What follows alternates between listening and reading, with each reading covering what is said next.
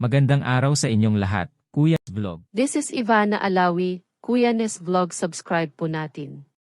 Mga kalinga pa-support and subscribe po Kuya Nes Vlog. Good day sa akin mga subscribers. Mga bago at luma. Sana maayos ngayon ang inyong kalagayan. Mga seniors. Mga kuya, bago ako mag-umpisa sa topic ko ngayon ay lubos akong nagpapasalamat sa inyong walang sawang panonood sa mga video ko. God bless po. Ang video natin ngayon ang ginawa ni Medit sa mga bata, upang maranasan nila ang hindi pa nila ginawa. Ang bait talaga ni Medit umpisa pa lang ng kanyang channel, pero ito, may pinapatunayan niya na nakatayo na siya sa sariling paa. Pero bago ang lahat, tapusin muna niyo video ko, bago kayo mag-comment. Salamat. Malayo talaga ang mararating ni Medit sa pagtulong sa kapwa. Dito kinakausap niya ang mga bata kung nakapunta na sila ng mall. Sagot ng mga bata. Hindi pa. Sige, dadalhin ko kayo ngayon sa mall at ipapasyal. Sagot ng mga bata. Hihi. Tuwang-tuwa sila. Siyempre si Medit ay happy rin sa reaction nila. Ito na po ang simula ng pagtulong ni Medit sa mga nangangailangan. Bago si Medit umalis ng bansa. Siyempre papunta Hong Kong kung saan maraming fans ang nag-aantay doon sa kanya. Dito umalis na sila ng bahay at pumunta na ng mall. Masayang-masaya ang mga bata. Kita sa mga mukha ang tuwa at galak. Pati si nanay isinama niya. Pagdating nila sa mall ay pumunta muna si Medit sa mga rides, upang isakay ang mga bata sa iba't ibang rides. Hihihihi. Sigaw ng mga bata. Siyempre si Medit ay sobrang saya. Sa isip niya ito na ang simula ko.